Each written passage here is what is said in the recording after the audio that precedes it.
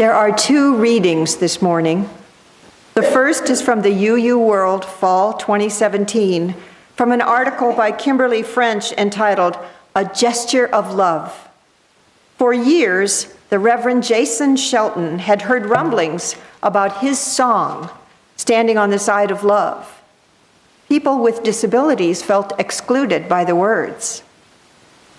Since 2004, when the phrase was first spoken, the song has become an anthem of the UUA's public advocacy campaign. It's named for it. And it's making Standing on the Side of Love the slogan of our faith is known for, emblazoned on yellow t-shirts that pop out of the crowd at all kinds of demonstrations. But many disabled people felt the words did not speak for them. The Reverend Suzanne Fast, a leader of the advocacy group Equal Access, stated, "The idea that the word stand does not have to do with actual standing, I don't buy it. Unless you can find me a place where etymologically the word is coming from some other source, the idea is that when you stand, you have power." Not all agree. One of the first lesbians to marry in 2005, whose partner's disability motivated her church to remove a pew for wheelchair accessibility, reflected, "I sang that song at the State House, and it has great meaning for me. Then I got to thinking, it's just fine. Sometimes I too have trouble standing, but my heart still loves the original words." Perhaps the best place for these hard conversations is in churches, among people committed to one another. When someone in your community says they're feeling pain or rejected, you don't just ignore that, Shelton explains. What's the work we need to do together to navigate that pain so we become a spiritually mature community? Sometimes we may need to make big changes ourselves. Sometimes we may need to develop coping skills together. We need to keep asking, how can we learn from the hurt? The second reading was posted on Facebook on August 14th of last year by the Reverend Teresa Inez Soto. It's not just for people with disabilities that we stop being ableist. It's for everyone with a body. It's to allow the beautiful humanity of our differences to shine through. Can you curl your tongue? Are your earlobes attached? It is good to be human. It is good to have a body. I am grateful for my body and for yours. I am grateful for the way answering the call of love respects our differences without judgment.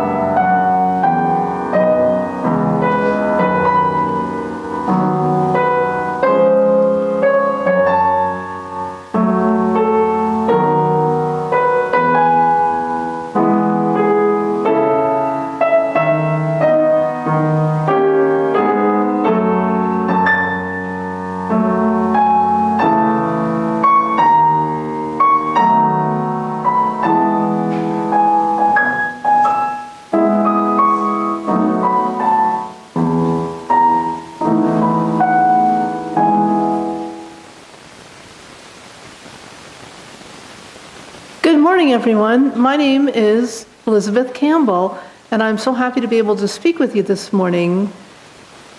I was born 3 months prematurely, and when a child is born that early, it often leads to a disability.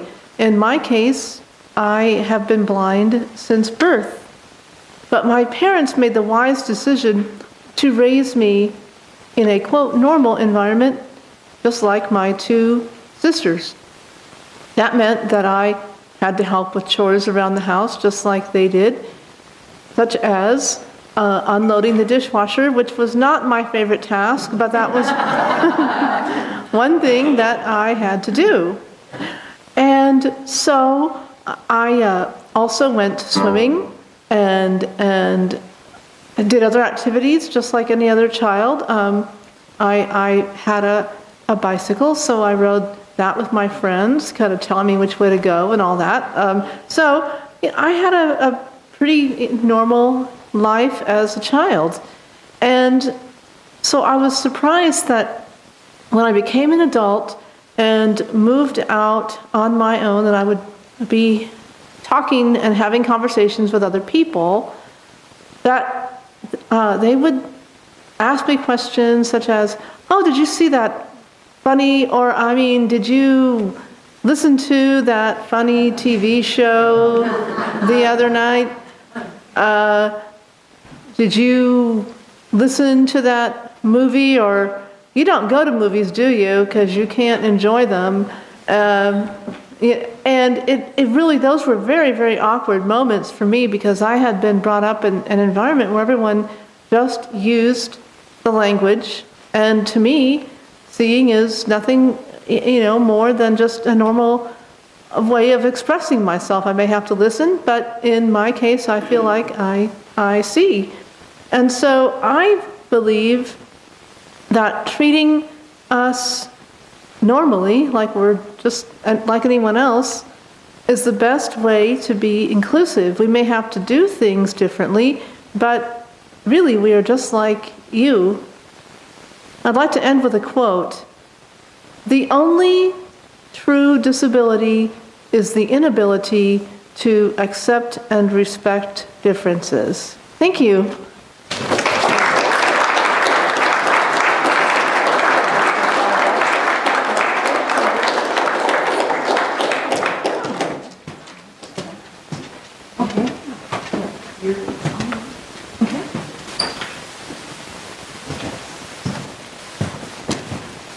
Good morning. I'm not John Fisher, but I have been privileged, and John has put in me his trust to share his reflection on his behalf. The title of his reflection is Fragments. The question comes out of the blue, the expression cautious, the eyes hooded. So when was it you had your stroke, or a variant thereof? Following the ambulance carrying Kathy to the hospital that new dawn in April 2006, my breathing harsh and shallow, feeling the beads of sweat at my hairline, knowing this time different and more serious, was no mere low blood sugar episode. I loved and was loved. But even as we soldiered through her challenges together, I was no non sequitur breadwinner, stepfather, grandfather, and it would eventually be freeing to admit my failures without apologizing for them. Are these organic? February 2015.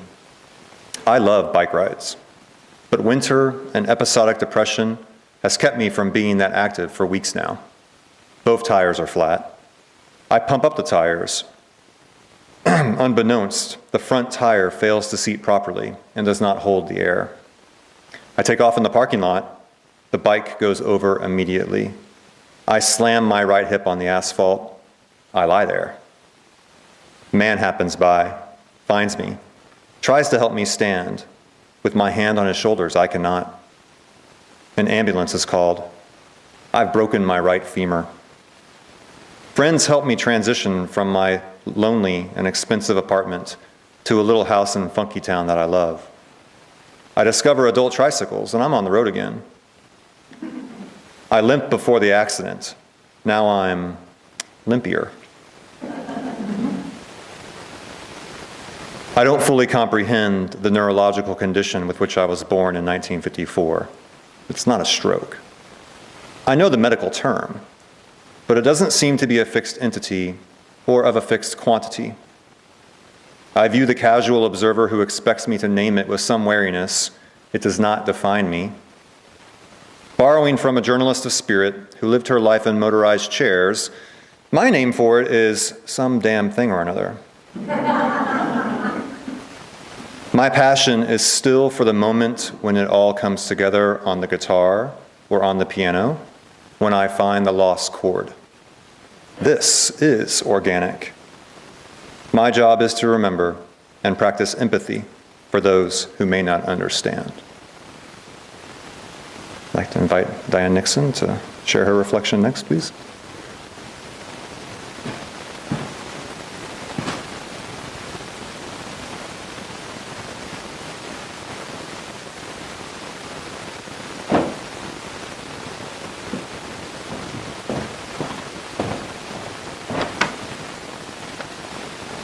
When my son Chris was 9 years old, he was diagnosed with Tourette syndrome, a neurodevelopmental disorder that is part of the spectrum of tic disorders, characterized by motor and vocal tics. It is estimated that Tourette syndrome and other tic disorders affect 1 in every 160 children in the United States between the ages of 5 and 17. Over the course of about 2 decades, I volunteered as an advocate for public school children with Tourette syndrome. And they were going through the ARD process. Admission, review, and dismissal is the process that provides for special education services and accommodations for children with special needs during their school years. Here are just a few things I learned through my work as an advocate. First, there are many different disorders or disabilities that cause special needs children, as well as their parents, great anxiety. The anxiety is about acceptance by others, both adults and children. Second, there are many different disorders or disabilities that can cause children to behave in ways that might seem strange or appear to be disruptive or disobedient. Some or all of these symptoms may continue through their lifetime. Settings where children are loved and accepted have the potential to provide socialization, which is a critical need for their development. Fourth, we as adults model for children compassion and acceptance. 5, acceptance, not merely tolerance. I will repeat that. Acceptance, not merely tolerance, is what these special children need. It's what all parents seek for their children. May we remember that as UUs, we covenant to affirm and promote the worth and dignity of every person. Love is the doctrine of this church.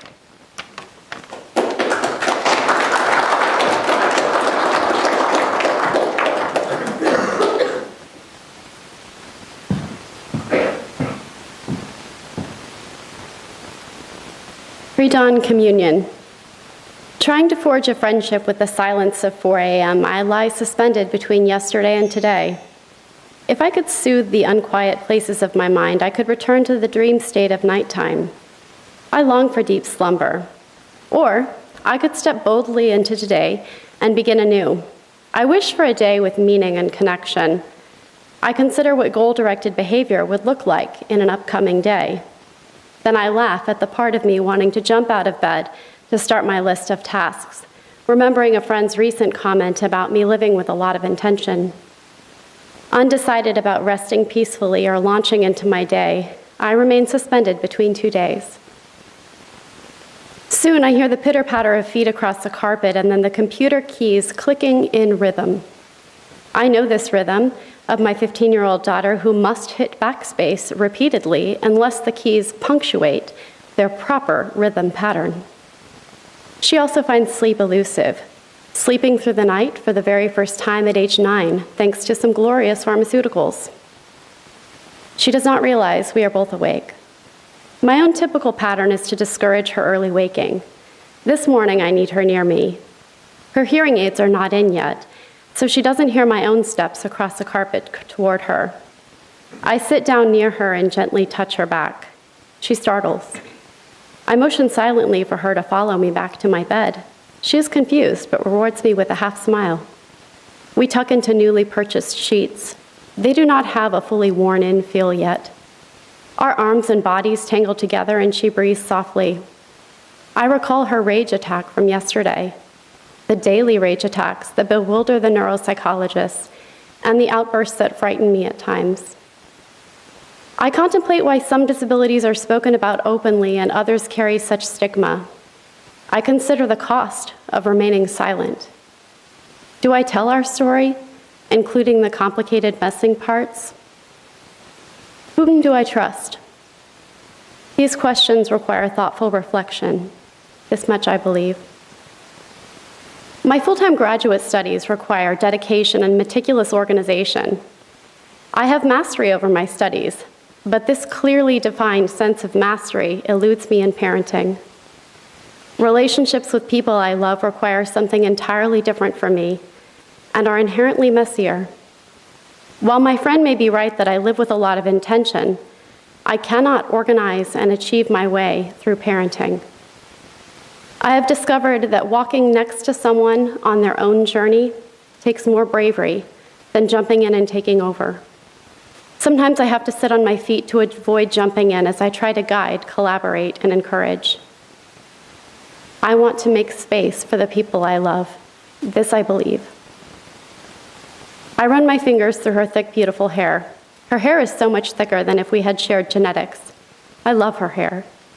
I bury my face in the top of her head and breathe deeply. I inhale a flurry of memories shared with my daughter. Time and space, ages and stages all melt into this moment. In the middle of this dark night, with my face buried in her hair, it is impossible not to be overcome with emotion. Moments like this soften what is hard. This is my daughter. I love her. I always will. This much I know.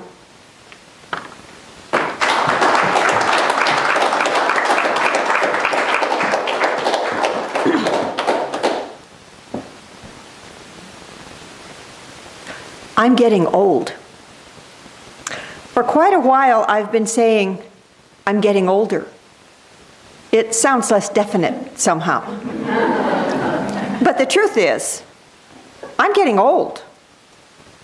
I am very fortunate to be as healthy and fit as I am, and I work at that every day. I also thank my ancestors for providing me with some pretty good genes. There are some wonderful things about getting old. I have more patience. Of course, I was starting near zero there, so any improvement is noticeable. And I have more empathy. The stereotype is to become narrow in outlook and set in my ways. But I feel like I'm becoming more open to differences. I can see how many paths flow in basically the same direction, and I have lots of experience to compare to and reflect on. But I'm getting old. My body is changing in ways that are obvious to anyone, and I'm not entirely thrilled about that. My mind seems to be changing too. It's harder to remember names. There aren't very many things that I used to be able to do and can no longer. But there are some, and there will be more. That's the thing about getting old. I know that some losses are inevitable and permanent. There's no way of knowing what they will be, but they will happen. I know that there will come a time when I need some help to do things I used to do for myself. And I will have to deal with this as best I can. And so will you. And so will all of us.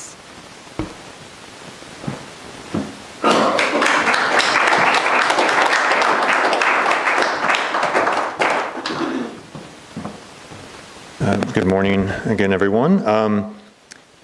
Not being John Fisher, my name is Steve Simpson, and I wanted to quickly share why I've involved myself in the work of this new AIM team at Westside. As still a fairly new member of the church, I had struggled to find the opportunity that I felt was best aligned to my time and talent. However, last fall, when Reverend Sherry proposed the possibility of work related to enhancing the accessibility and inclusivity of our physical and programmatic spaces, the endeavor was very related to something that I'm actually involved in my workplace in a public school district in North Texas that's trying to increasingly make its public-facing websites and resources accessible to all in our community. And I felt like my learning professionally might be leveraged to help contribute to our church community. Now, between that time and today, I've had the distinct privilege of working with and witnessing the passion of the individuals you've heard from this morning, whether you've heard from them musically or you've heard from them here at the podium. And I want to thank each of them for their willingness to participate in planning and executing this service this morning, especially Debbie for organizing the service and Diane for finding and selecting our musical selections. Make no mistake, going forward, our team's task is complex. It requires sustained effort over a period of years. It's going to require frequent collaboration with other committees here in our church and stakeholders internally and externally to execute. It's twofold, actually. It begins with ensuring that, especially as we transition to, as Debbie mentioned earlier, full control over this physical space, the church building.